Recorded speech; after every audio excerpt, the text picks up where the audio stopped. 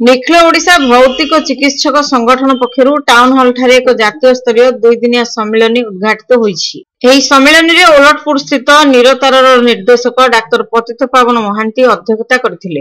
मुख्य अतिथि भाबे ओडिशा स्वास्थ्य और परिवार कल्याण विभागर निर्देशक डाक्टर विजय कुमार पाणिग्राही, मुख्य वक्ता भाबे श्रीरामचंद्र भंज भेषज महाविद्यालय स्नायु विभाग मुख्य डाक्टर अशोक कुमार मल्लिक एवं ओडिशा जातीय स्वास्थ्य मिशन जुग्म निर्देशक डाक्टर दीनबंधु साहू, डाक्टर चित्तरंजन मिश्र प्रमुख अंशग्रहण करथिले। कार्यक्रम मुख्य संयोजक डाक्टर सिद्धार्थ शेखर पात्र अतिथि परिचय प्रदान करथिले। मंच संयोजना करथिले संगठनर संपादक प्रियव्रत कालिकिंकर ओझा। मेरुदंड संक्रांतीय समस्या और तार बहुमुखी चिकित्सा संपर्क में एक आलोचना चक्र अनुष्ठित होइथिला।